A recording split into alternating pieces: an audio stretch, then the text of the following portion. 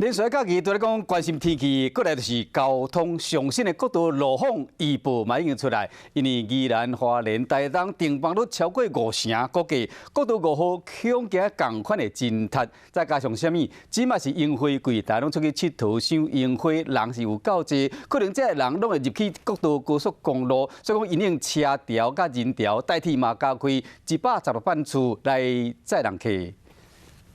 28连假搁要开始，宜兰花莲台东的停放率已经超过50%，国道5号行车时间恐惊嘛搁较长。连假前2天，路南的行车时间恐惊比平常时加5倍。连假后2天，上北的行车时间比平常时加7倍。高公叫好民众连假佚佗会使改坐大众运输工具，代替嘛加开116个班次。不过28连假卖袂记的防疫也未改进。各级对号列车是限制发售站票120张。 同时在车上饮食部分，目前是禁止饮食的。但是如果有生理需求，如喝水或者是服药以及哺乳时，可暂时脱下口罩。连假期间，代替要受客票的限制，嘛袂使伫车顶食物件。不过到3月初2开始，食食的规定有较松。